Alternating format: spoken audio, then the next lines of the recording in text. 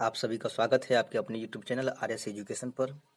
आज की इस वीडियो में हम लोग प्रश्नावली 1.2 का क्वेश्चन संख्या 1 अध्ययन करने वाले हैं। चलिए देखते हैं क्वेश्चन नंबर 1 क्या कह रहा है। क्वेश्चन 1 है, निम्नलिखित संख्याओं को अभाज्य गुणनखंड के गुणनफल के रूप में व्यक्त कीजिए।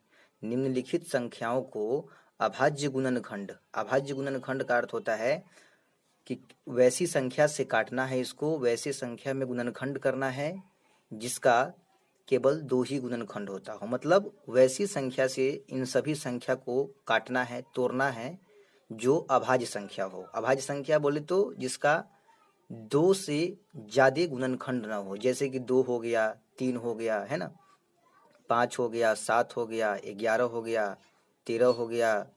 तो ये सभी अभाज्य संख्या है। तो इन सभी संख्याओं को उसी अभाज्य गुणनखंड के गुणनफल के रूप में व्यक्त करना है। तो सबसे पहले जो भी संख्या यहाँ पर दिया गया है उन सभी संख्या का हम अभाज्य गुणनखंड करेंगे और अभाज्य गुणनखंड करने के बाद उसको गुणनफल के रूप में व्यक्त करेंगे। ठीक है, तो आइए सबसे पहले देखते हैं क्वेश्चन संख्या 1।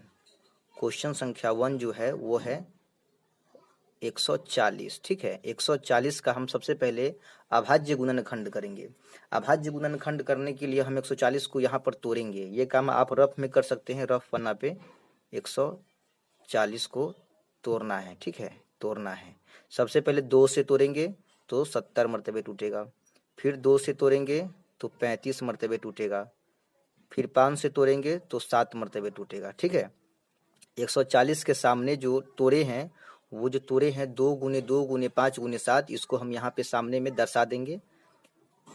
2 गुने 2 गुने 5 गुने 7। ठीक है, ये हम 140 का अभाज्य गुणनखंड कर दिए हैं। ठीक है, अब इसको गुणनफल के रूप में व्यक्त करना है। तो गुणनफल के रूप में किस तरह से व्यक्त करेंगे, तो देखिए 2 कितना है इसमें, 2 दो गो है, 2 है ना, तो 2 लिख दीजिए एगो और उसका घात जो है 2 दे दीजिए, है ना। 2 लिख के एगो 2 लिखिए और उसके पावर में 2 लगाइए, क्योंकि 2 गो है तो पावर में 2, अगर 3 गो 2 होता तो पावर में 3 देते, है ना।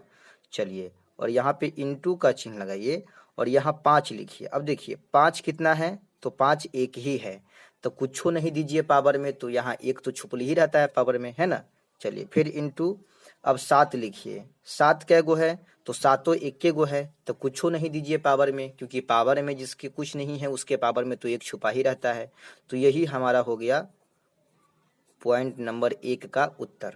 ठीक है, चलिए अब क्वेश्चन संख्या इसका 2 देखते हैं।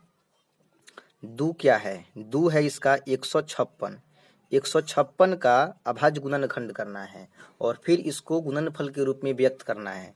तो 156 को हम पहले रफ में ले आके तोड़ेंगे। ठीक है, 156 को अभाज्य संख्या किससे केवल लगाएंगे, अभाज्य संख्या जैसे कि 2 होता है तो 2 से लगाएंगे। 2 सत्ते 14, 2 अट्ठे 16, है ना। चलिए, फिर 2 से लगाएंगे, 2 तिया 6, 2 नामा 18। अब देखिए ये 3 से लगेगा, है ना, 13 तिया ही 39, 3 से 13 मरतबे कट गया। तो जो भी इसका गुणनखंड आया है इसके सामने में हम जो है लिखेंगे। क्या क्या आया है, 2 गो 2, एगो 3, एगो 13।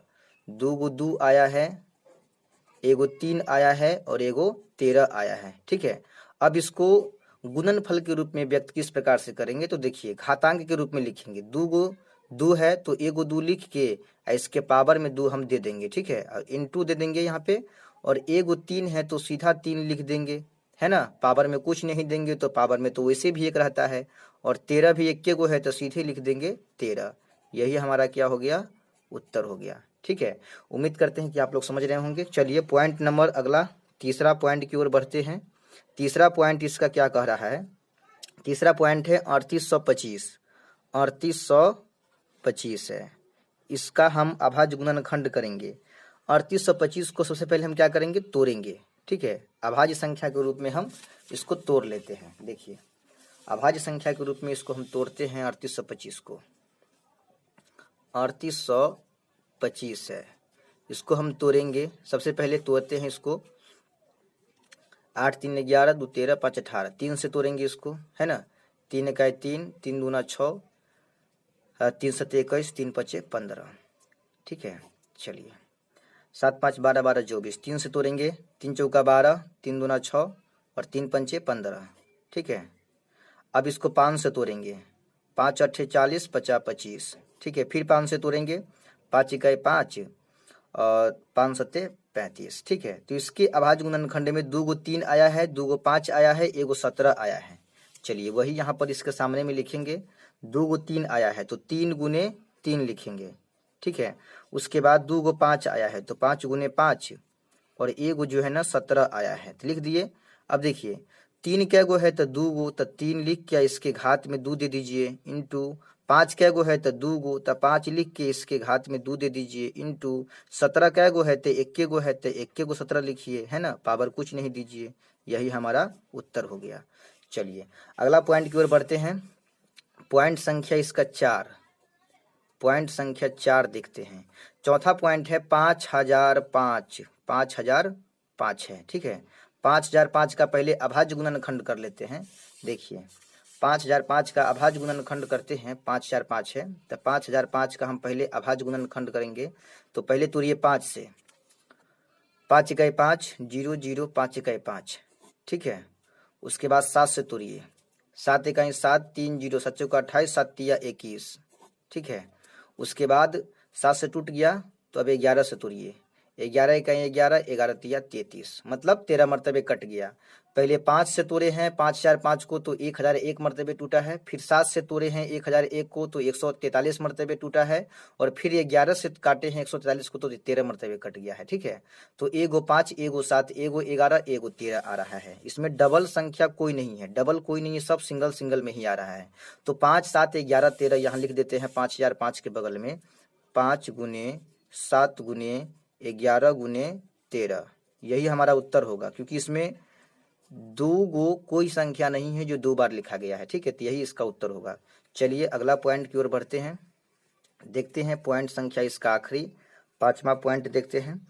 5वां पॉइंट है इसका 7429, 7429। इसको हम तोड़ते हैं पहले, 7429 को यहाँ हम रफ कर लेते हैं।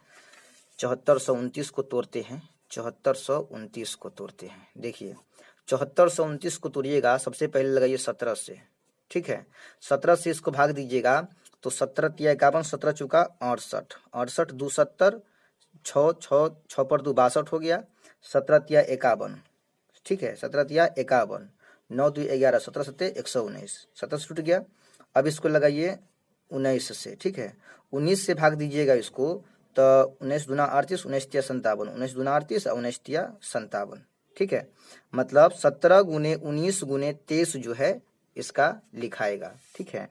यहाँ लिख सकते हैं 17 गुने 19 गुने 23। देखिए जो भी हम संख्या से इसको तोड़ रहे हैं वो सभी के सभी अभाज्य संख्या, 17 भी अभाज्य संख्या, 19 भी अभाज्य संख्या, 23 भी अभाज्य संख्या, है ना। तो अभाज्य गुणनखंड के गुणनफल के रूप में हम 5 पॉइंट को जो है ना बारी बारी से व्यक्त कर दिए।